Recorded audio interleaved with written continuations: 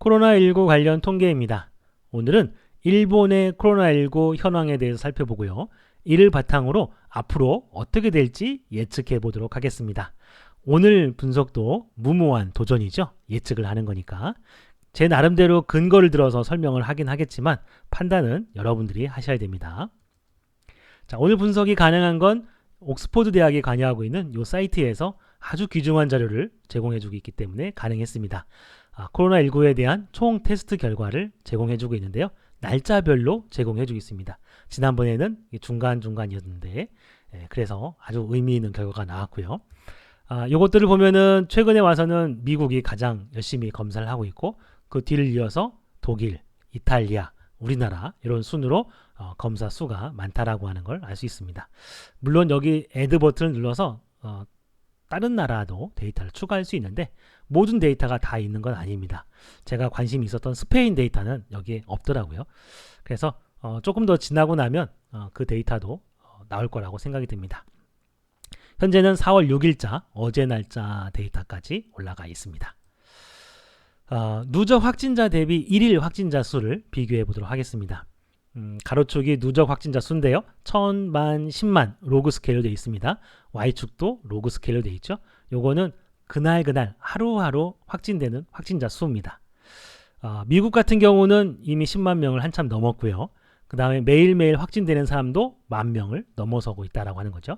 3월 31일자 기준입니다. 근데 이 여러 나라들을 비교해 보다 보니까 공동된 패턴이 보이죠. 요 범위 안에 거의 대부분의 데이터들이 들어가 있다라고 하는 걸 알 수 있습니다. 요 패턴에서 약간 벗어난 게 이제 중국이나 우리나라 또는 남아프리카 공화국 이런 국가들이 약간은 좀 벗어나 있다라고 볼 수가 있습니다. 명확하게 구분하기 위해서 선을 이렇게 그어봤습니다. 자, 요 선은요, 뭘 의미하냐면 X축이 1000만큼 증가할 때 Y축은 5만큼 증가한다는 뜻입니다. 기울기가 1000분의 5란 얘기고요. 얘는 기울기가 0.05니까 1000분의 50이 되겠죠. 얘는 0.3이니까 얘는 1000분의 300. 그래서 1000명을 기준으로 해서 비교해보면 좋을 것 같습니다. 1000명 증가할 때마다 매일매일 확진자 수가 5명 증가하는지 아니면 50명 증가하는지 아니면 300명 증가하는지 이렇게 비교하면 되겠죠. 그래서 요 선보다 이쪽으로 멀리 가면 갈수록 안정적이 되는 거죠. 안정화가 된 거고 이쪽으로 가면 갈수록 위험한 겁니다. 왜냐하면 확진자 수 대비 매일매일 늘어나는 사람이 많기 때문에 기하급수적으로 증가하고 있다라고 하는 걸 의미하거든요. 자, 그래서 이것이 이제 이 3월 31일자 데이터인데요. 3월 그로부터 6일 후에 4월 6일이 되면 어떻게 되냐면 이렇게 바뀝니다. 미국이나 또는 독일, 이탈리아 대부분 다 오른쪽 아래로 움직였죠. 우리나라도 여기에서 오른쪽 아래로 지금 가고 있습니다. 며칠 전만 하더라도 우리나라 매우 위험하다는 뉴스가 많았죠. 이런 뉴스가 나오는 데는 바로 이런 이유가 있습니다. 그래서 지금은 조금 더 나아졌는데 그리고 요 사이에 놓인 데이터도 요 사이에 있는 국가도 남아프리카 공화국 우리나라 정도밖에 없었는데 지금은 이제 뭐 오스트리아라든지 오스트레일리아 그 다음에 그리스 등 많은 국가들이 요 선으로 넘어오고 있습니다. 이탈리아도 이미 넘어왔네요. 자, 근데 다른 나라들과 달리 거꾸로 움직이는 나라가 하나 있죠. 바로 일본입니다. 일본은 지금 요 왼쪽 위로 가고 있죠. 상황이 매우 위중하다라고 하는 겁니다. 확진자가 늘어나면 늘어날수록 매일매일 늘어나는 확진자 수가 급증하고 있다라고 하는 거죠. 그래서 이 상태로 가다가 혹시 다른 나라들이 한 번도 가보지 못한 새로운 길을 갈 수도 있지 않을까 이렇게 염려가 되기도 합니다. 여하튼 간에 일본이 역주행을 하고 있다라고 하는 걸 우리가 알 수 있고요. 자, 그 다음에 이제 검사자 대비 확진자 수도 비교해 보도록 하겠습니다. 제가 이 그래프를 그려보고 일본을 주목해서 보게 됐는데요. 왼쪽이 X축이 그날 검사한 검사자 수입니다. 그러니까 하루에 검사를 몇 명 했느냐라고 하는 거고요. 그 다음에 세로축이 하루에 확진되는 사람 숫자입니다.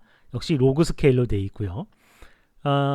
우리나라가 1000명 검사하면 8명 확진되고 있는 중이고요. 그 다음에 요 선상에 있으면 1000명 중에 50명, 요 선상에 있으면, 그러니까 영국 같은 경우는 1000명 검사하면 300명 이상이 확진되고 있다라고 하는 거죠. 그러니까 영국이 지금 굉장히 심각하다라고 하는 걸 알 수 있습니다. 영국 총리까지 감염이 돼서 좀 위중하다는 얘기가 들리는데, 심각한 거죠. 에콰도르도 마찬가지입니다. 일본 같은 경우는 우리나라보다는 좀 심각한 편에 속하고요. 그 다음에 이탈리아보다는 좀 나은 편에 속하죠. 타이완 같은 경우도 우리나라보다는 약간 좀 검사자 수 대비 확진자 수가 많은 편에 속합니다. 역시 마찬가지로 오른쪽 아래로 갈수록 좋은 거고요. 왼쪽 위로 갈수록 안 좋은 겁니다. 3월 31일에서 6일이 지난 4월 6일로 가니까 어떻게 됐냐? 우리나라 거의 차이 없습니다. 이탈리아 거의 차이 없고요. 영국 뭐 조금 좋아진 것 같고요. 타이완도 뭐 조금 좋아진 것 같습니다. 근데 역주행하는 나라가 있죠. 어느 나라요? 일본입니다. 일본이 역주행하고 있어요. 그래서 검사자 수 대비 그날 확진되는 사람도 기하급수적으로 증가하고 있다는 얘기죠. 일본이 매우 심각하다라고 하는 사실을 알 수 있습니다. 그래서 일본과 비슷한 누적 확진자 수를 나타내고 경향을 보이는 국가가 어떤 국가가 있는가라고 하는 걸 비교해 봤더니 인도, 파키스탄, 필리핀입니다. 일본이 가지고 있는 국제적 위상을 생각했을 때 일본이나 파키스탄이나 필리핀과 비슷한 패턴으로 증가하고 있다라고 하는 것은 아마 일본에게 있어서는 치욕이지 않을까 이런 생각이 듭니다. 물론 초반에는 그렇지 않았죠. 다른 국가들이 거의 없었고 일본이 많았지만 일본은 인위적으로 검사를 많이 하지 않아서 만든 그래프이기 때문에 최근에 와서 기하급수적으로 증가를 하고 있습니다. 일본이 검사를 더 많이 하게 되면 더 빠르게 증가할 수도 있다라는 생각이 듭니다.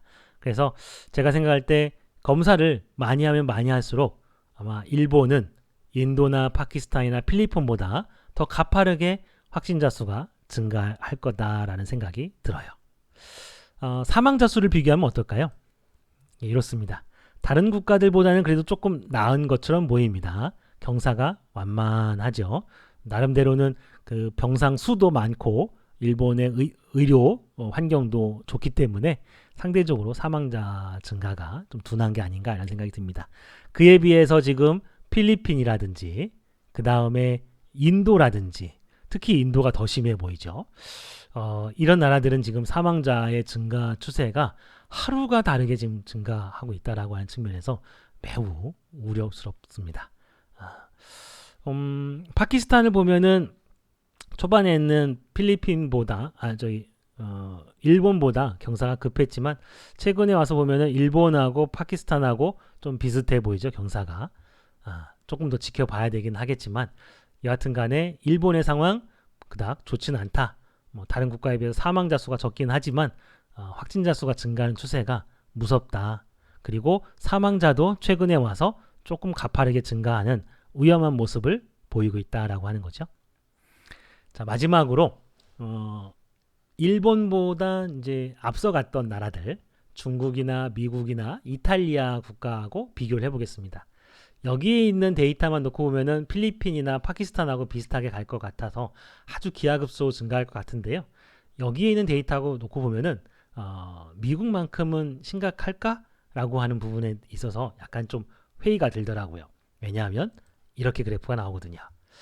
2,000명을 초과한 날로부터 네 나라를 같은 시점으로 간주를 해서 비교를 해봤습니다. 물론 이것만 가지고는 우리가 알 수 없어요. 왜냐하면 이것만 놓고 보면은 중국이 미국보다 더 심하다라고 볼 수 있는데 사실은 미국이 더 누적 확진자 수도 많고 더 심각하잖아요. 이제 이렇게 된 이유가 뭐냐면 중국은 빨리 적극적으로 검사를 했고요. 미국은 늦게 검사를 했기 때문에 미국이 중국보다 더 누적 확진자 수가 많게 된다라고 하는 거죠. 이탈리아는 조금 빨리 미국보다는 적극적으로 검사를 했죠. 일본은 늦게 지금도 적극적으로 검사를 안 하고 있는 중이기 때문에 적극적으로 검사를 하게 되면 제가 볼 때는 뭐 이탈리아 수준급 혹은 미국 수준급까지도 올라갈 가능성이 충분해 보인다라는 생각이죠. 근데 일본이 그렇게까지 검사를 안 할 수도 있어요. 안 할 수도 있는데 제가 데이터를 분석하면서 느낀 바에 의하면 코로나19 상황이 19의 전파력과 이런 것들이 결코 그렇게 가볍지가 않습니다.